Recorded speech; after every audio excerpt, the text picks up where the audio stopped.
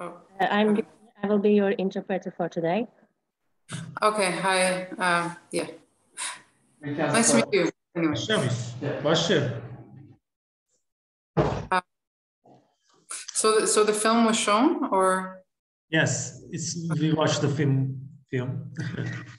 I'm asking something. Your name is Nairi Hakhverdi. Hakhverdi, yeah. Hakhverdi. Yeah. Nice. Sleeping Yerevan. Yes. Yerevan or Yerevan? It's fine. Yerevan. Yeah. Yerevan. Yerevan. Okay, nice. Yeah. I'm starting. Okay. Başlıyor muyuz? Gülceciğim, başlıyor muyuz? Evet, başlıyoruz. Tamam, başlıyorum. Kadın Yönetmenler Festivali'nin 5. yılından herkese merhaba. Bizim için çok ilginç bir tecrübe oluyor şu anda. Biraz önce hep beraber Ermenistan yapımı Sweeping Yerevan'ı izledik. Gerçekten çok ilginç bir hikayesi vardı. Bu hikaye bir şekilde hepimizi etkileyecek bir senaryoya sahip aslında. Kurmaca gibi görünse de aslında birazcık da documentary, yani belgesel tadında da bir hikaye var. Aslında bunun nasıl bir hikaye olduğunu yönetmenimizle konuşacağız. Yönetmenimiz Nairi Hakhverdi bizimle beraber. Dijital olarak buluştuk biz. Welcome to the 5th International Women Film Festival, Nairi Hakhverdi. How are you? Thank you. I'm fine. Thank you so much. We met it in digital platforms. This is so excited. Where are you? I'm in Armenia, in Yerevan. Oh, Armenia, nice. Yes. First of all, can you tell us your director adventures? Can you tell about your adventures for about directors movies? How it started your directors adventures? Sure. So there, I saw this program here in Armenia called Eurasia Doc. I hope I'm okay for the translator. Yeah. Yes, it's all right. Yeah. Okay. So there was a program, Eurasia Doc, which was for the email said for documentary writers, beginners, experienced people. It didn't matter, and I thought, okay, I've never made a documentary, but I am interested. I do write, so I thought, okay, I can write. And somebody else can then direct. That's how I thought about it. But when I went to the workshop, I was selected for the workshop with Sweeping Yerevan. I was told, oh no, you also have to direct it. And I thought, oh no, I've never done this before. What does that even mean? But I guess you have to learn very quickly. I decided to take the challenge and do it. We were able to get a French co-producer on board. And then, I did one or two more workshops. And then I decided to just to do it, basically. Nice. And then this is the end result. Yeah. Oh, nice result. Okay. Oh, nice. I don't understand it because you came in early. No problem. Okay. What do you çeviri yapıyor muyuz? Evet, yapıyorum. Ard arda yapıyoruz değil mi? Tamam. Bizim için de biraz ilginç bir tecrübe, kusura bakmayın. Böyle ilginç bir şekilde ilerletiyoruz. Birbirimize sorarak gidiyor söyleşimiz. Evet, ikinci sorumuza geçiyorum aslında. Nairi, how did your story, your movie talking about? What is your story? Okay. Bu filmi ne anlatmaya çalışıyorsunuz? So it's essentially, the idea was, so there's these sweepers who work here in Yerevan. They sweep in the middle of the night. And ever since I first saw them, I moved there about 10 years ago, and I was always interested in them. I was thinking, who are they? Because they work in the middle of the night when everybody else is asleep. Are invisible to the world, and I wanted to give them visibility. And so my idea was to follow one of the sweepers, interesting character, and basically go into her life so that we see more about them than just, seeing them on the street at night for 2 seconds sweeping. And this was the idea. So it was just to create a portrait about her. And as I got to know her better, before, of course, filming, I got to know her better. I realized that she had such a powerful story. And you know, like she has a blind husband. She's doing 3 jobs at the same time. And all of that, I thought, it deserves to be told, basically. And I realized that all of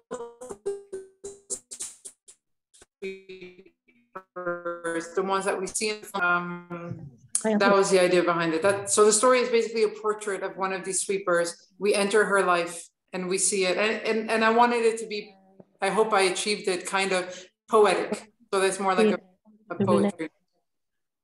In our film's hero, her name is Marina, right? Yeah. Marina doing sweeping and doing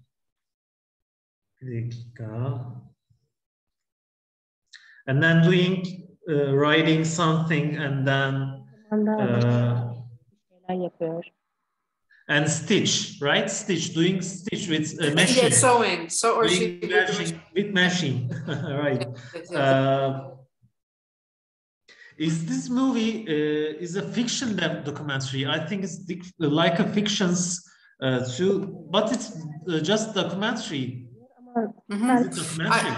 It's 100% documentary. Yeah. I know. I tried to avoid interviews. Of course, I did interview her, and we filmed it. And I interviewed her husband and the mother-in-law. But I decided when I had all the material, I was like, I have enough material to not use the interviews, to just show the viewers. So I'm glad that it worked out to be more an observational documentary.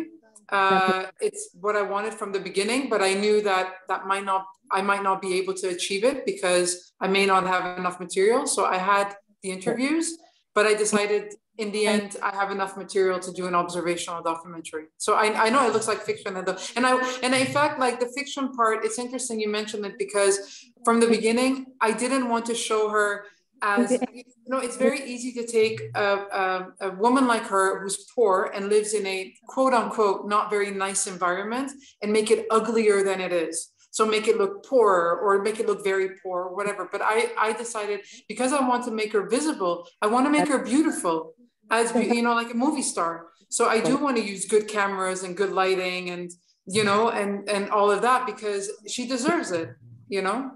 So that's where the fiction part looks fiction, but it's not. Yeah. This is a true story. I'm thinking about maybe gonna be a fiction movie. This is good for us, maybe. Oh, you turn into a fiction film, maybe. Yeah. Nice. Yeah. Well, I wanted talking about shooting process. What is your shooting process? We want to talking about this process. Okay, so we actually for the shooting we had about, I think, 13 days or 14 days to shoot. So it was a very short period of time. Of course, I'd met Marina numerous times before and discussed with her what I wanted from it and all of that. And so when we went in to shoot, we had all of these plans already. We're like, okay, these days we're shooting at night. These days we're shooting during the day. From that perspective, if you ask about fiction, it's not fiction, but we did have to set up certain things. For instance, her sewing, we had to be like, okay, we're only here for this many days. You have to sew on these days, nice. But it's something she does anyway. So it's not like, we're making that up. It's something she does anyway.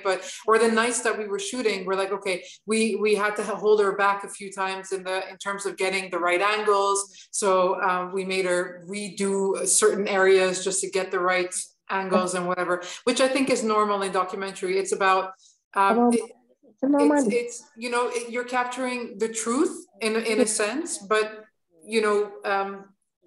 but still you have to be able to capture. You can't just go in with a camera, at least for this kind of movie. You have to kind of set it up a little bit, but not so that it's not, so it's not like she doesn't sweep in real life. No, she is a real life sweeper. She really does. Her husband really is blind, etc. So that was yeah. So nice.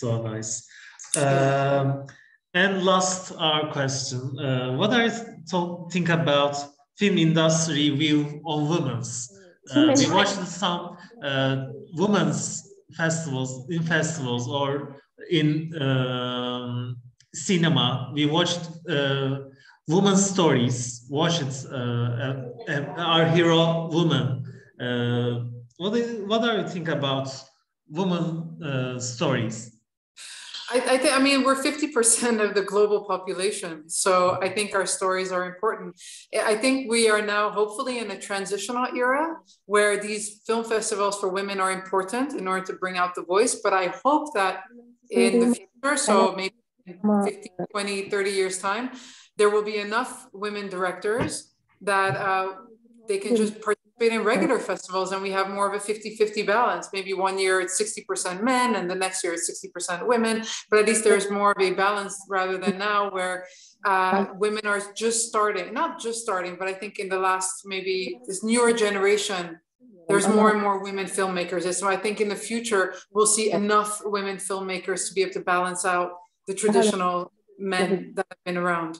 But in terms of women's stories, of course they're important, because just like men's stories, just like any story from any minority or majority or whatever, these stories, because it's a diversity, we need to hear these voices, I think. And so, yeah, I think it's important. Yeah. Are you watched any Turkish movies, Turkish dictionary? Documentaries?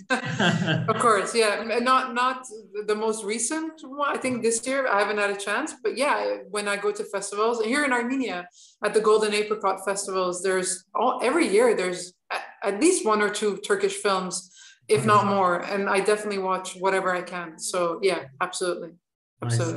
Last of all, what are you say about our festival? It's fifth our festival, International Women Filmmakers Festival. We started now. What are you talking about this? I don't know much about it, to be honest with you. I wish I knew more about it. I did see it, you know, in terms of when I was applying for film festivals, and I thought, oh, that's interesting. And also, you know, because it's next door, you know, and I thought, let me apply, but I don't know much about it, to be honest. I hope for you that you grow, and I don't know how big you are now, but I hope you grow, and you know, yeah. So it's a good initiative. Let me put it that way. Yeah. Thank you so much for coming. Digital meeting for us. Thank you very much. Thank you so much. Yes. So bye. Good luck with your festival. Bye.